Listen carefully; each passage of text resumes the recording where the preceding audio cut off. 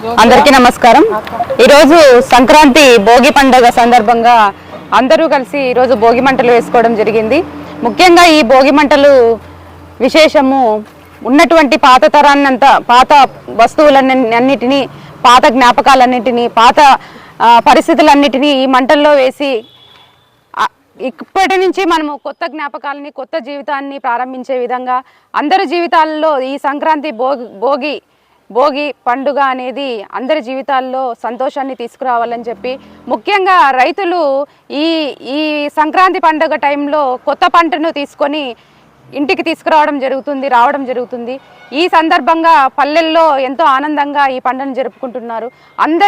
అందరి కుటుంబాలలో ఈ సంక్రాంతి పండుగ సందర్భంగా అందరి కుటుంబాలలో ఆనందంతో పాటు అందరూ ఆనందంగా ఆరోగ్యంగా ఉండాలని చెప్పి ఈ సంక్రాంతి పండుగ శుభాకాంక్షలు అందరికీ తెలియజేస్తున్నాను। ఈరోజు సంక్రాంతి భోగి పండుగ సందర్భంగా అందరూ కలిసి ఈరోజు భోగి మంటలు వేసుకోవడం జరిగింది।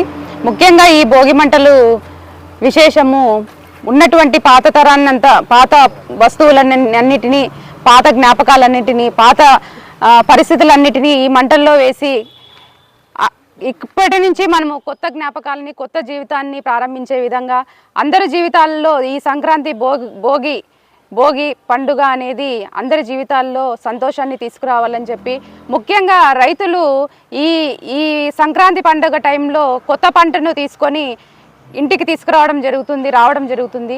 ఈ సందర్భంగా పల్లెల్లో ఎంతో ఆనందంగా ఈ పండుగను జరుపుకుంటున్నారు। అందరి కుటుంబాలలో ఈ